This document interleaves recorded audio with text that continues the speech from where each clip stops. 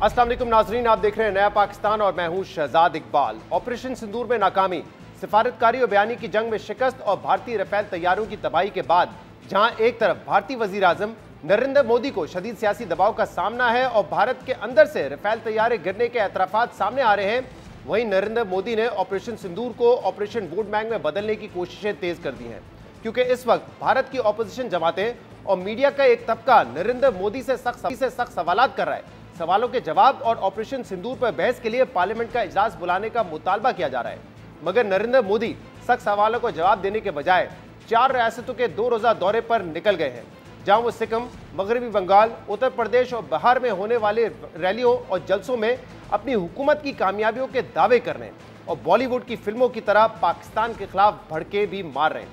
आज भी बिहार और उत्तर प्रदेश में होने वाले जलसे में नरेंद्र मोदी ने ना तो जंग बंदी में अमेरिका की सालिसी पर कोई बात की, ना ऑपोजिशन के सवालात का जवाब दिया, ना रफेल तैयारे गिरने पर मगरबी दुनिया के बेचैनी पर कोई बात की, बल्कि हमेशा की तरह अपने वोटर्स में पाकिस्तान मुखालिफ नफरत को उभार कर फिर यही धमकी दी कि पाकिस्तान धोखे में ना रहे, ऑपरेशन सिंदूर अभी खत्म नहीं हुआ, इंडिया अब एटम बम की गीदड़ भपकियों में नहीं डरेगा। अगर दहशतगर्दी ने दोबारा सर उठाया तो भारत उसे बिल से खींचकर कुचलने का काम करेगा। हर आतंकी हमले का करारा जवाब देगा। भारत अब एटम बम की गीदड़ भपकी से नहीं डरेगा और न ही उसके आधार पर कोई फैसला लेगा। आतंक के आका और आतंकी सरपरस्त सरकार को भारत एक ही नजर से देखेगा। जिन लोगों ने हमारी बहनों का सिंदूर उजाड़ा था, हमारी सेना ने उनके ठिकानों को खंडहर में बदल दिया है। ये नए भारत की ताकत है।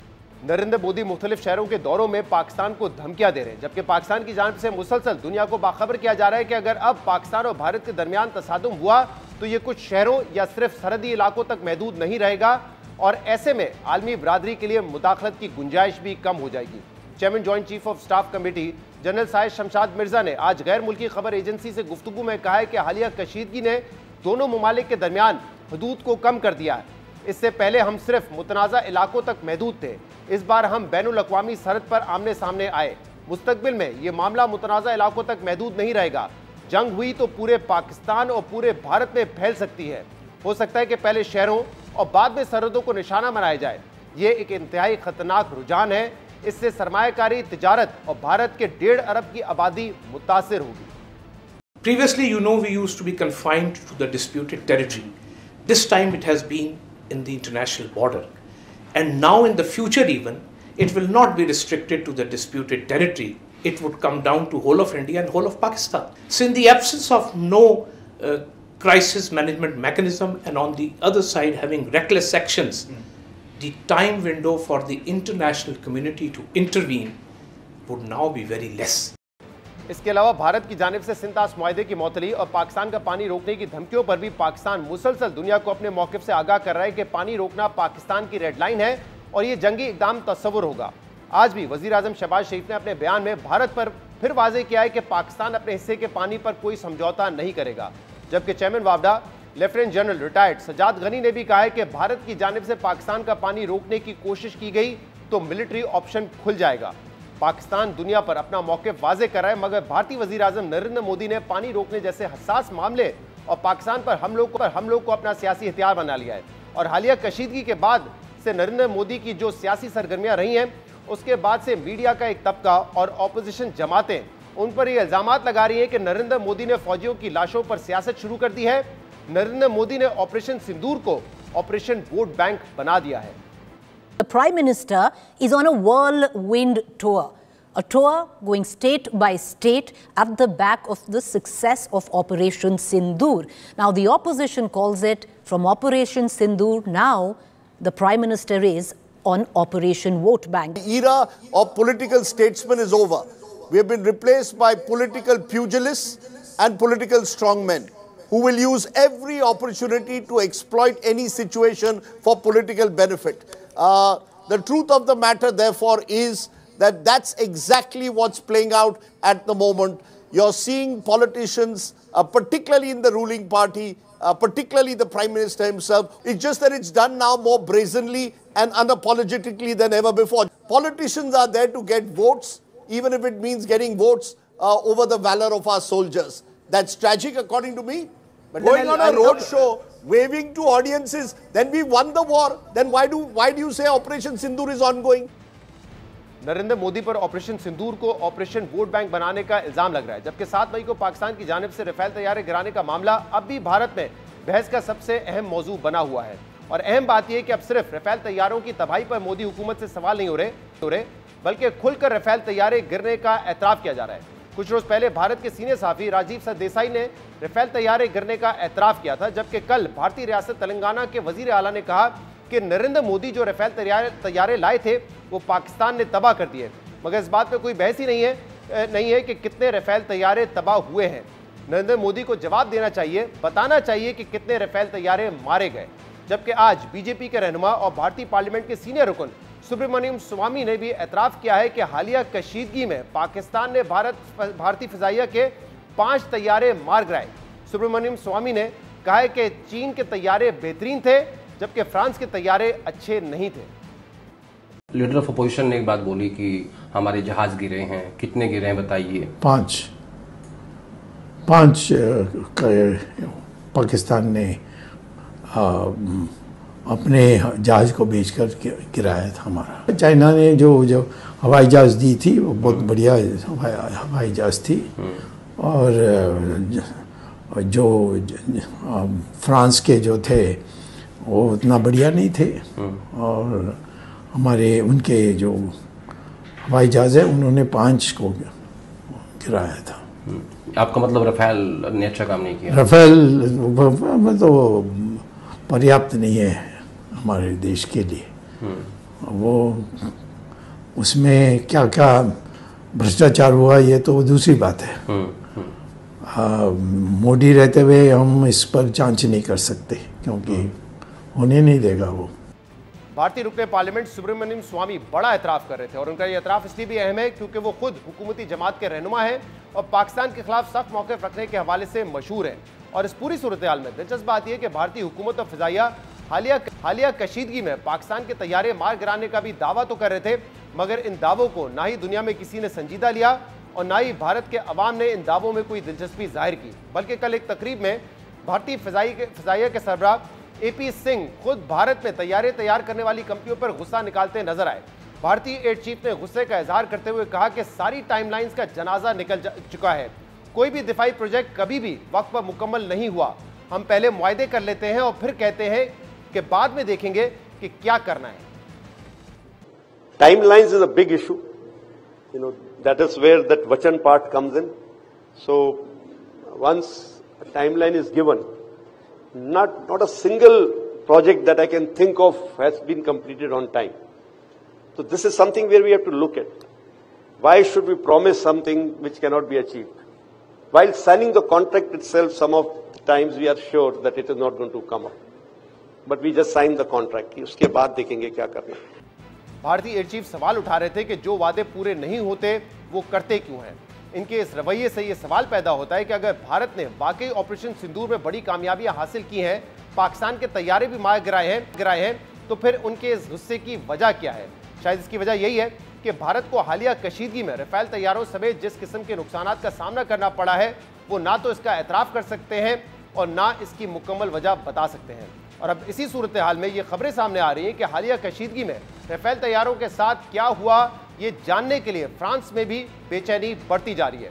नामवर भारतीय न्यूज़ वेबसाइट दी वायर के मुताबिक पहली बार फ्रांस के मुसल्लह अफवान ने कहा है कि वो हालिया कशीदगी के दौरान फ्रांसीसी तैयारे के हालात को बेहतर तौर पर समझने के लिए हिंदुस्तानी हुकूमत के साथ राब्ते में है। फ्रांसीसी वजारत दिफा के तर्जुमान का कहना है कि वो इस बात का मुशाहिदा कर रहे हैं कि हम इस वक्त जंग की धुंध में हैं, जहां मालूमात की जंग भी जारी है और इस जंग में हम नहीं जानते कि क्या हुआ। राफेल का मसला यकीनन हमारे लिए बुनियादी अहमियत का हामिल है।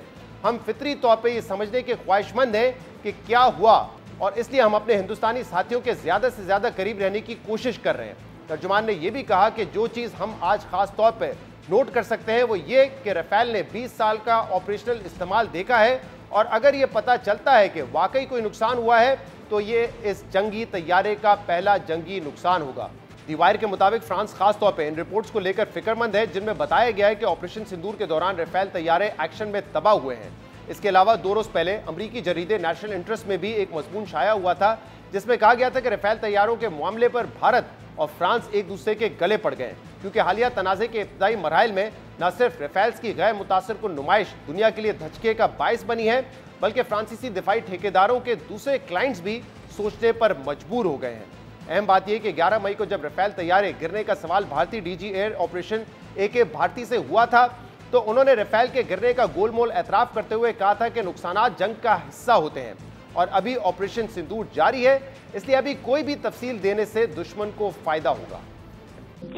You know, we are in a combat scenario and losses are a part of combat. As for the details, what could have been, how many numbers, which platform did we lose? You know, at this time, I would not like to comment on that because we are still in a combat situation. And if I comment on anything, it will only be advantage adversary. So we don't want to give him any advantage at this stage. आज इस बात को भी तकरीबन 20 दिन हो गए, मगर भारतीय हुकूमत और एयरफोर्स की जानिब से अभी तक कोई तफसीलात सामने नहीं आई हैं। मगर इस हवाले से भारत की खामोशी जहां मकामी तौर पर सवालात को जन्म दे रही है, वहीं फ्रांस जो राफेल तैयारों का खालिक है उसकी बेचैनी में भी इजाफा हो गया है, क्योंकि राफेल तैयारों की तबाही मुस्तकबिल में राफेल की फरोख के लिए मुश्किलात का बायस बन सकती हैं। प्रोग्राम में एक ब्रेक शामिल करते हैं, इसके बाद हम मजीद बात करेंगे। स्टे विद अस।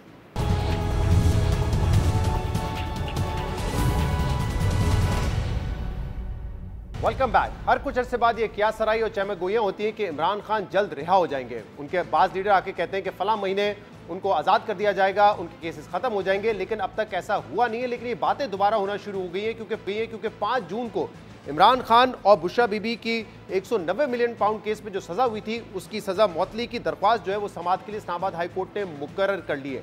लेकिन ये समाअत एक ऐसे वक्त में हो रही है जब हुकूमत और पाकिस्तान तहरीक इंसाफ के दरमियान तलखियां मजीद बढ़ गई हैं। इमरान खान का जो अकाउंट है, एक्स अकाउंट, वो दोबारा एक्टिव हो गया है, जहां वो एस्टैब्लिशमेंट को तनकीद का निशाना बना रहे हैं और अपनी पार्टी को कह रहे हैं कि दोबारा तहरीक के लिए मुतहरिक हो जाए।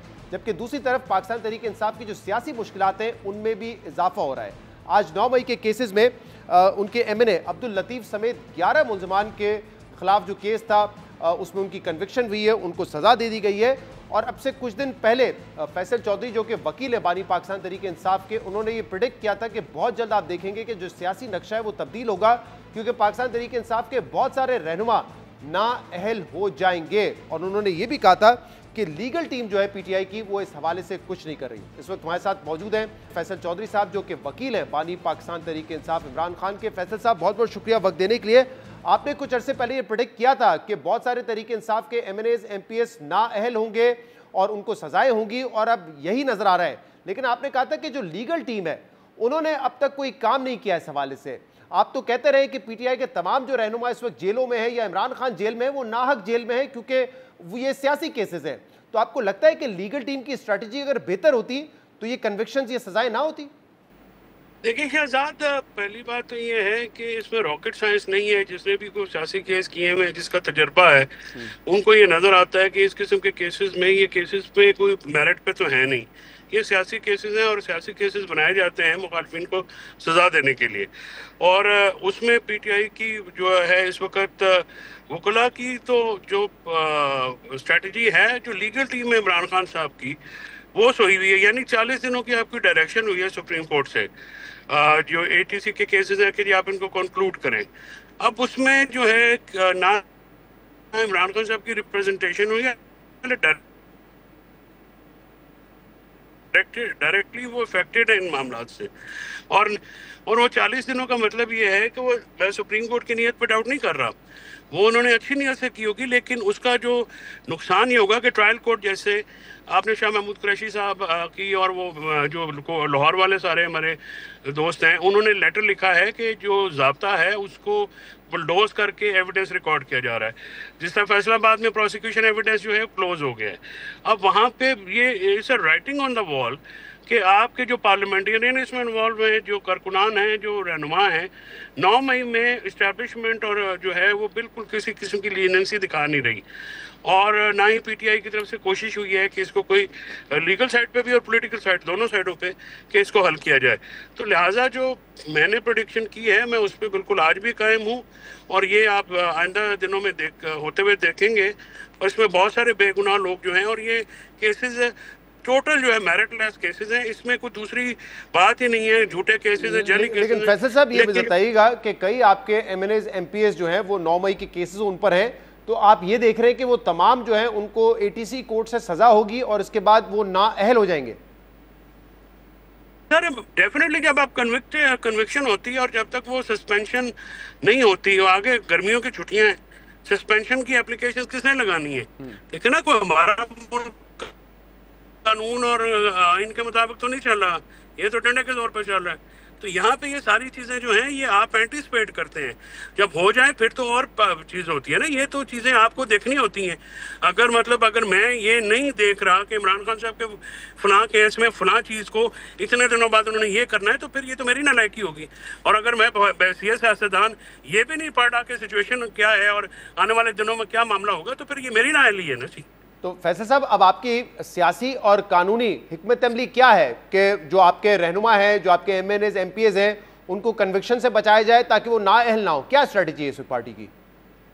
इस पार्टी में तो कोई स्ट्रेटजी नहीं है, वो तो कंफ्यूज है। देखिए नहीं, पार्टी की जो लीडरशिप है उनको कुछ पता नहीं है, ना वो इंटरेस्टेड है, ना वो उनको कोई ये सीरियस है कि इन मामलात में करें। और मुझे जो रोज़ाना इनकी जो प्रॉब्लम है ना कि ये इंडल्ज भी नहीं हो रहे अपना टॉक्स में, और फिर ये इमरान खान साहब को गलत इन्फॉर्मेशन दे रहे हैं। उनको जो है कहते हैं कि जी बाहर 4-5 लाख बंदा इकट्ठा हो जाएगा। अभी 4-5 लाख बंदा इकट्ठा हो जाए तो फिर तो बात करने की जरूरत ही नहीं किसी से। होना आपसे 5,000 बंदा इसलिए भी नहीं इकट्ठा होना कि आप खुद नहीं जाते, खुद ये इनमें से किसी के हलकों में से आप जाके आलिया हमजा से क्या झगड़ा है? जो इन्होंने रैलियां निकालनी थी 9 मई को, जो 11 को उन्होंने नहीं निकाली, उसने कहा जी शोकाज दें, तो उसके ऊपर जो है इन्होंने कार्रवाई शुरू कर दी। तो आलिया हमजा के साथ तो ये झगड़ा है इनका। तो इशू ये सर ये है कि ये बड़ा संजीदा मामला होता है सियासत। ना आप टॉक्स कर रहे हैं, ना आपसे तहरीक चल रही है, ना आप इमरान खान साहब अंदर हैं, ना उनके लिए रिहाई के लिए कोई काम नजर आ रहा है। तो ये जो पार्टी के रहनुमा इस वक्त जेल से बाहर ही है, उनकी कंफ्यूजन है कि हमने किस सिमत में आगे बढ़ना है, या ये कंफ्यूजन इमरान खान साहब में है? क्योंकि एक दिन अलीमा खान साहबा, उनकी बहन है, जाहिर सी बात है उनकी तर्जुमानी करती है, वो आके कहती है गिव एंड टेक में हमें बता दीजिए कि क्या चाहिए आपको इमरान खान से। फिर एक दिन बयान आ जाता है इमरान खान का कि मैं उम्र भर जो है वो जेल में रहने के लिए तैयार हूं। तो ये कंफ्यूजन इमरान खान साहब के जहन में है कि आगे कैसे बढ़ना है, क्या बातचीत के जरिए बढ़ना है या मुज़ाहमत के जरिए आगे बढ़ना है? सर बात यह है कि ये कंफ्यूजन जो है ये क्यों क्रिएट होती है? इमरान खान साहब जेल में है ना, आप उनको अलाउंस तो देंगे ना, वो सारे को बनी काला नहीं बैठे हुए ना, आजाद तो है नहीं। अगर वो बाहर बैठे हुए ऐसी कोई बात करें फिर तो आप उनसे कह सकते हैं कि ये कंफ्यूजन उनके जहन में। उनको जो इन्फॉर्मेशन दी जाती है वो उसके मुताबिक ही फैसले करेंगे ना जेल के अंदर बैठ के। मैंने जैसे अर्ज किया, अगर आप उनको ये कहेंगे कि वहाँ पे लाखों लोग, हजारों लोग बाहर आ जाते हैं और आ जाएंगे जी ये हो जाएगा वो हो जाएगा, तो फिर वो कहेंगे फिर बात करने की क्या ज़रूरत है? तो इसीलिए जो है उनको ये सिचुएशन जो बताता है वो उसके पीछे पड़ जाते हैं। ये जो कभी गद्दार, कभी कॉम्प्रोमाइज़, कभी ये कभी वो, और फैमिली में से उठ के फिंगर पॉइंटिंग होती है। तो फिर जो ट्रॉफियाँ मिली हैं कॉम्प्रोमाइज़ लोगों को, कभी गौहर को जो है कहते हैं कि जी वो पार्टी की तर्जुमानी नहीं करेगा, अगर वो चेयरमैन वैसी है, चेयरमैन जिसको इमरान खान ने नामजद किया हुआ है, अगर वो नहीं करेगा तो फिर कौन करेगा? तो इससे पार्टियाँ कमज़ोर होती हैं ना जी, और ये कमज़ोरी जो है इसके डायरेक्टली जो इफेक्टिंग है वो इमरान खान साहब हैं। अच्छा फैसल साहब, 5 तारीख को अब उनका केस लग गया है ना, जिसमें उनका सेंटेंस सस्पेंड होगा या नहीं होगा 190 मिलियन पाउंड केस में। एक तो मैं आपको बताऊं इस वक्त चहमा गोइयां ये हो रही है कि शायद 5 तारीख को छुट्टी का ऐलान हो जाएगा हज की वजह से, तो फिर शायद समाअत भी ना हो। लेकिन अगर ये समाअत होती है, इमरान खान के रिहाई के या उनकी जो बेल के कोई इम्कानात हैं? क्योंकि गौहर साहब ने पिछले हफ्ते ये कहा था कि ईद से पहले वो रिहा हो जाएंगे बेल पर। क्या आपको ये मुमकिन नजर आ रहा है? सर ये मुमकिनात में से इसलिए नहीं है कि जो तो पिछले हफ्ते के जो बयानात हैं जो कि बाहर आके दिए गए हैं, वो बयानात से काफ़ी मामला गड़बड़ हुआ है। और ये कोई कानूनी केस नहीं है इमरान खान साहब के खिलाफ। 300 केस किए हुए, सारे बेसलेस केस हैं, सियासी केस हैं। तो जहाँ पे लड़ाई है, जब तक वहाँ पे मामला सेटल नहीं होगा, ये केस नहीं हल होने वाला। तो ये किसी बयानात किसी और ने नहीं दिए, ये तो इमरान खान का अपना एक्स अकाउंट एक्टिव हुआ है और वहां से वो बात कर रहे हैं। कभी यजीद कहते हैं, कभी किसी को एक्स अकाउंट जी, वो तो फिर एक्स अकाउंट जो है वो जेल से बैठ के तो नहीं ऑपरेट करते ना, जो करते हैं उनको फिर थोड़ी सेंस भी तो होनी चाहिए ना। तो आपको लगे ना, नहीं तो इमरान खान वो बात करते होंगे तो फिर एक्स अकाउंट पे पोस्ट होता होगा ना। ये आप कह रहे हैं कि इमरान खान ये कहते ही नहीं है, उनके जहन में ये ख्यालात ही नहीं है, और फिर भी एक्स अकाउंट जो हैंडल कर रहा है वो ये सब कुछ लिख देता है। सर एक्स अकाउंट को तो देखिए ना, मैं उस पर डिटेल्स में नहीं जाता क्योंकि मुझे इंफॉर्मेशन नहीं है कि कैसे होता है। शहजाद, बात यह है कि इन बातों से मामला गड़बड़ हुआ है, ये एक फैक्चुअल रियलिटी है। और जब तक आपको सियासी जमातों से बात करनी पड़ेगी, जब तक आप सियासी जमातों से बात नहीं करेंगे मामला नहीं बनना। ये बात पावर कराने की ज़रूरत है। हुकूमत और इस्टेब्लिशमेंट के ऊपर कोई दबाव नहीं है। वो तो ये हुकूमत इसलिए खुशकिस्मत है कि फौज इनको दिलेर मिली है, अपोजिशन इनको नालायक मिली है।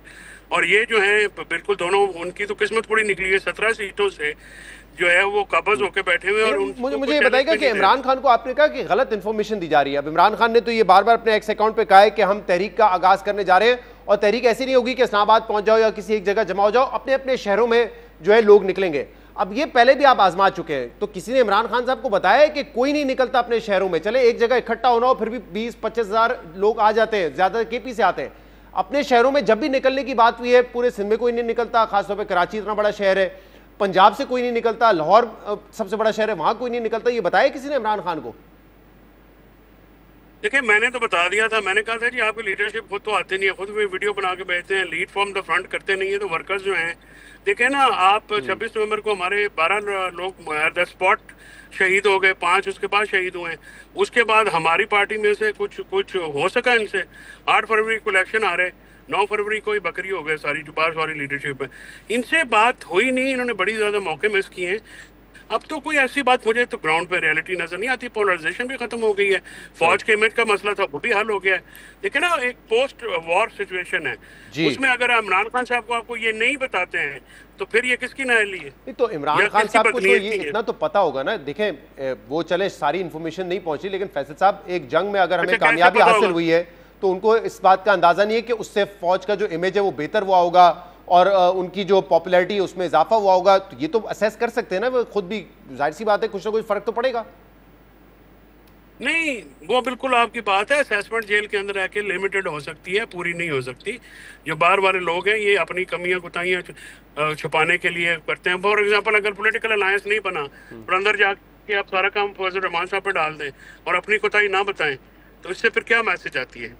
तो देखिए ना, ये मैं तनकीद नहीं कर रहा, मैं हकायक बयान कर रहा हूँ जो तलख है। आज तक इंफॉर्मेशन सेक्रेटरी या जनरल सेक्रेटरी के हल्के से इन्होंने कोई रैली लीड की है तो बता दें। ये अपने खुद 10 बंदे नहीं निकाल सकते, ये बातें करते हैं, ये कुछ भी नहीं कर सकेंगे। इमरान खान साहब को आगे भी तकलीफ हुई है इनकी वजह से। फैसल साहब, आप ये कह रहे हैं कि अगर उनको सही इंफॉर्मेशन बताई जाती कि एक जंग के बाद सिचुएशन तब्दील हुई है, फौज की मकबूलियत में इजाफा हुआ है, उनके इमेज में बेहतरी आई है, तो क्या इमरान खान फिर कोई और फैसला लेते? जो फैसला उन्होंने लिया है कि अब तहरीक चलाएंगे मुल्कगीर, वो नहीं लेते क्या? वो इमरान खान साहब जो हैं वो परसुएसिव माइंड हैं, वो परसुएड होते हैं, उनको परसुएड करना पड़ता है। आप उनसे बात करें, अगर आप जाके खुद जो है वो बिल्कुल अपनी कोताहियां छुपाने के लिए पूरा जो है वो क्या कहते हैं, अपने एक गोश्त बचाने के लिए गाय पूरी ज़बह करने। 27 साल उन्होंने पॉलिटिक्स की है, वो बच्चे थोड़ी हैं। आप उनको बताएं तो सही। मैंने जो आपको ये कहा है कि बार बार जाके ये कहना कि लाखों लोग इकट्ठे हो जाएंगे, इसके बाद फिर अगर मैं भी जेल में हूँ और मुझे कोई आके बताए तो मैं क्यों बात करूंगा? मतलब लॉजिक नहीं ना बनती। बहुत बहुत शुक्रिया। बताना पड़ता है ना कि बार मामला ठीक नहीं है। बहुत बहुत शुक्रिया। फैसल चौधरी हमारे साथ मौजूद थे। प्रोग्राम में ब्रेक शामिल करते हैं, मजीद बात करेंगे इसके बाद। Welcome back. गजा में इसराइली जारियत को 20 माह से ज्यादा का अर्सा गुजर चुका है, जिसके दौरान इसराइल 54,000 से ज्यादा फलस्तीनियों को शहीद कर चुका है, जिसमें बच्चों की बड़ी तादाद शामिल है। जिसके बाद अब गजा में जंग बंदी की नई अमरीकी तजावीज़ सामने आई हैं, जिसमें 60 दिन की फायरबंदी, दोनों एतराफ से कैदियों के तबादले और गजा में फौरी इमदाद भेजने की बात तो की गई है, मगर इस अमरीकी मंसूबे में जंग के मुस्तकिल खात्मे की कोई बात शामिल नहीं है। इसराइल ने इस मुजवजा मुआहदे पर हामी भर ली है, मगर हमास ने अभी तक इन तजावीज़ को मुस्तरद या मंजूर करने पर कोई हतमी जवाब नहीं दिया है। ताहम हमास रहनुमा बासिम नईम ने इन तजवीज़ पर रद्द-ए-अमल देते हुए कहा है कि अमरीकी अमन मंसूबा हमास के मुतालबात के बरक्स है, मगर हमास कौमी जिम्मेदारी के साथ अमरीकी तजावीज़ का बारीक बीनी से मुताला करके जवाब देगा। दूसरी तरफ व्हाइट हाउस के तर्जुमान कैरोलाइन लेविट का कहना है कि इसराइल ने अमरीका के मुजवजा मुआहदे पर दस्तखत कर दिए।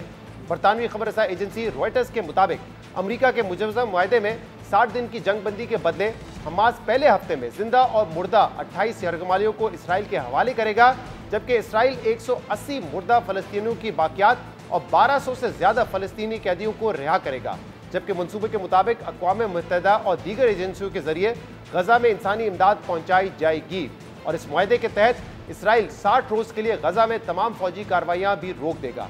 अब अहम बात यह है कि इसराइल ने इस जंग बंदी मुआहदे पर दस्तखत तो कर दिए हैं, मगर पिछले 20 माह के दौरान इसराइल ने जिस तरह बैनुल-अक़वामी कवानीन की धज्जियां उड़ाई हैं, उसने पूरी दुनिया को हैरान कर दिया है।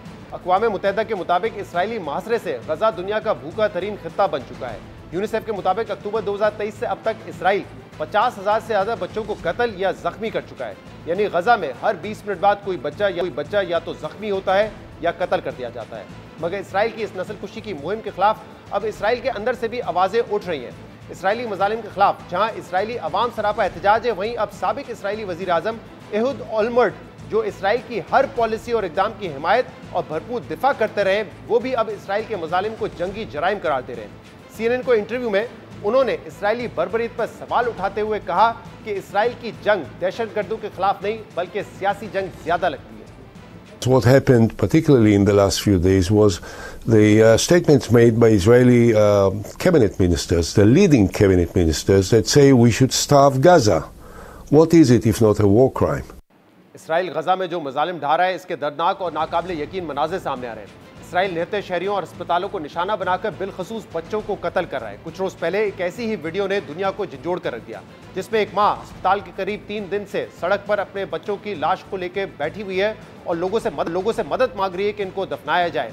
लेकिन वो खातून कहती है कि मैं इन्हें दफन करना चाहती हूँ, मुझे डर है, मगर मुझे डर है कि कुत्ते इन्हें खा लेंगे। गजा में बच्चों के कत्ले आम के हवाले से बरतानवी न्यूज़ चैनल स्काई न्यूज़ की एंकर यल्दा हकीम ने भी अपने हालिया प्रोग्राम में गजा के जख्मी बच्चों पर दर्दनाक कहानी बयान की।